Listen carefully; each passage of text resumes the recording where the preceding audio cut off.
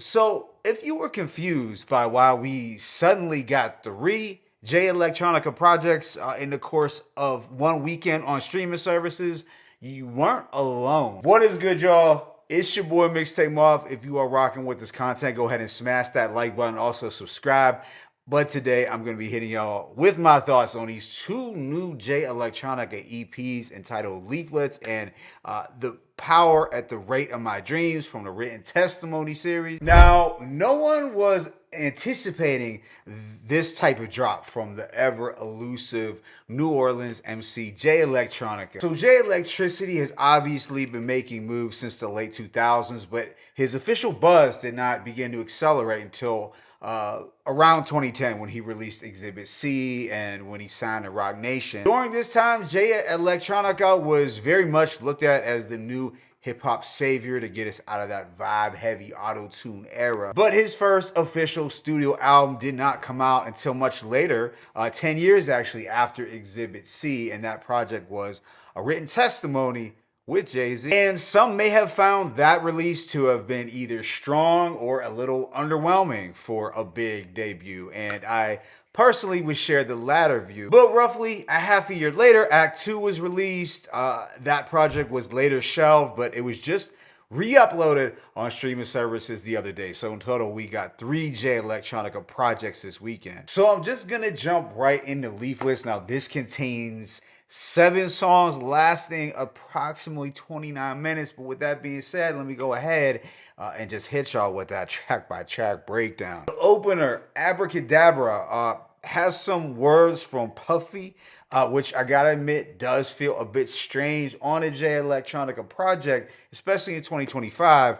But Puffy did have something that I think will resonate with many, and that is his statement, hip hop is in a very, very dangerous place. So say what you will about Puffy, but I guess even a broken clock is right twice a day. This then jumps right into a triumphant gospel instrumental from Conductor Williams that is of course drumless, but it's still attractive, still attention grabbing, and still fitting for this return. Jay Electronica said, the entire trajectory of my career F the industry, yet you can't have a debate about the greats and not mention me. I thought that was fire. I also liked I Ain't Come for the Vibes, because Miss Ruby, Miss Zeno, Miss Harry, Miss Catherine, Miss Sylvia, Miss Lou, and Miss Lee from my project Steps, they all pay tithes and I'm here to collect. So yeah, this was a dope opener that does feel like a suitable return, a glorious return. Next is track 2, Real Life Alchemy, and this just contains an audio clip from a movie,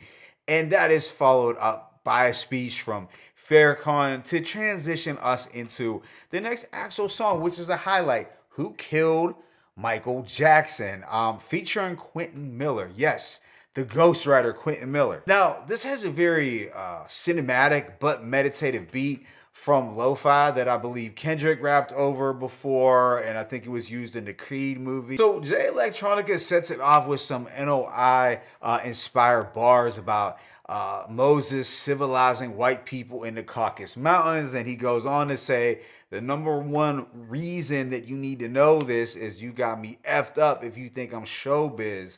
I'm an uptown dude out that Magnolia. Ask the FOI about me, I'm a crack soldier. He's reminding everyone that he's spiritual, but not to get it twisted because he's still from that NO, from those NO slums. And he has more religious references saying, I ain't Peter, but I'll leave your head and ears on the floor of Gethsemane. And I don't even know what's going on no more. I'm just energy. And I particularly dug that last part. I don't know what's going on no more. I'm just energy. Anyone else ever felt that way? And there's somewhat of an homage to Soulja Slim on the hook that I thought seemed pretty appropriate given his NO roots. But you do have a dope verse from Quentin Miller, who I gotta say does sound better at rapping from what I remembered him to sound years ago. This track ends with an insanely long audio snippet from a recent congressional UFO hearing. Yeah, it's the typical Jay Electronica aesthetic involving UFOs.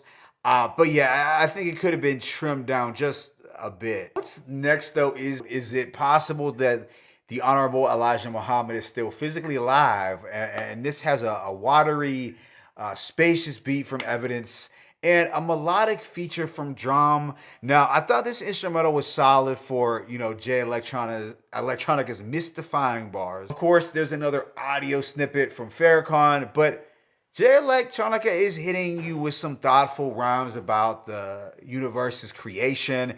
And then this is followed up by some talk about the Battle of Los Angeles from 1942, which is a historical UFO tidbit that may drag you down a rabbit hole if that's your thing. This is followed up by Japan Airline 1628, and it's another track dealing with UFO sightings. There's a psychedelic rock sample that's dreary and trippy. And you do get an unexpected sung first half of this track from Jay Electronica, which wasn't bad, but I do like the rapping more, although I wish the rapping part was a bit longer. He said, I went from nothing to something like the originator. The hell I was fashioned in was as hot as an incinerator. Immediately after is 4,400,000,000. The worst is yet to come. And it's a different track, to say the least. It opens with a Stevie Wonder Soul Train sample that I liked, and then it abruptly shifts into this off-kilter, unsettling, eerie beat that you could hear like Ka, Rock Marcy, or Killer Priest over. And Jay Electronica does have a strange lyric about living with Puff and never showing up in the affidavit, and somehow he's a smoother criminal than Michael Jackson, maybe. There's also a cat meme sample towards the end and some AI-inspired words from Queen Elizabeth. So it's really an eccentric track that does come off as a bit disjointed. However, I will say it's going to have an appeal for some. Then this project ends with Highlander, and it's not as good as Westside Gunn's Highlander, I'll say that. It's just words from Farrakhan, some wise words though, over this futuristic beat. There's no rapping at all, just harmonizing from drum at the end, and it's cool for what it is, I guess. All right, y'all, now we are gonna jump into the second part, or the second EP. Now, this one is entitled The Power at the Rate of My Dreams, and it's a lot shorter, with just 5 songs lasting approximately 12 minutes. So this opens with Civilian Life is Nothing, and it's just literally an audio clip from a Rambo movie. So I don't have any other thoughts here than to tell you that he used up 1minute and 30 seconds of a 12-minute project with a Rambo clip. But the first actual song here is Asses to Asses, and this has a beautifully strummed guitar instrumental that's low-key but still effective. And some standout lines where all everybody else see is death, all I see is the parade. The soul that gave birth to my grandmother was a slave, so I refused to walk on by crying like Isaac Hayes. Now, next is the highlight, Best Wishes with Westside Gunn, and this was a dope collab. It has a blissful, ethereal instrumental from HITBOY that's drumless but very spellbinding, and I think it complements their styles quite well. Of course, Westside Gunn was getting a little ignorant here, talking about he will make Salat, then shoot up the block. But he's still bringing that signature benevolent flag off flavor to this. However, Jay Electronica is really gliding here, doing it effortlessly. He says, my past of nobility is a tribe of Shabazz gentry. And I feel like the left-right part sounded very entrancing, hypnotic, and just perfect for like a meditation. The following lines from Jay Electronica were dope.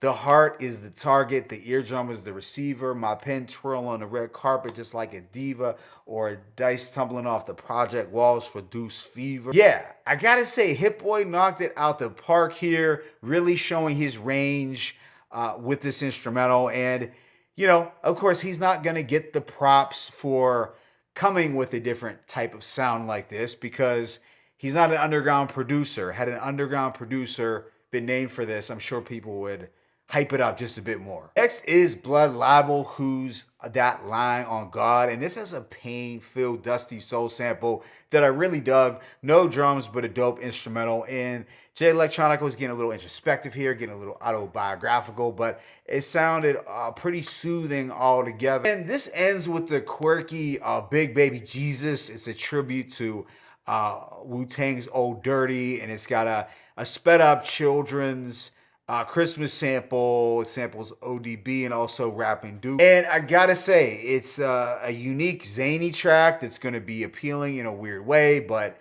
it's not gonna be for everyone. So overall, I'm gonna give these projects a rating of a strong 3.5 mics. I'd say individually, they're both about a strong 3.5. Now, I am sure that hardcore Jay Electronica fans will rejoice in these drops. It's obviously good that he's made an official return, and we are scheduled, I guess, to get much more material, since I believe he said he had 18 or 19 projects to drop in total. I'd also say that if you were looking at these EPs in terms of were they worth the wait since the last drop, then they might come off as a bit underwhelming. I'd say though the rapping was as good as ever and the production was mostly drumless. Therefore, the production will be hit or miss for some, but personally, I didn't have a problem with it. Maybe I'm just so used to so much being on the drumless side. Although I think the skits or the speeches will be a major turnoff for some listeners because of the brevity of the projects already, and the fact that there's more audio clip portions probably than actual rapping. That's not going to go over too well for some. And even though there are some brilliant moments on these two, it all, or both all, had somewhat of an unfinished, undercooked feel. So yeah, I like these for the most part, but I'd say just a strong 3.5 mics. However, I am looking forward to hearing what he has in store for the rest of the year. My favorite tracks include Abracadabra, Who Killed Michael Jackson, Is It Possible That Elijah Muhammad Is Still Physically Alive, Ashes to Ashes, Best Wishes, and Blood Libel. But let me know your thoughts in the comment section. It's your boy Mixtape Moth. I'm signing out, but as always, it's peace and blessings. Jay Electronica, Written Testimony EPs, 2 of them, 1.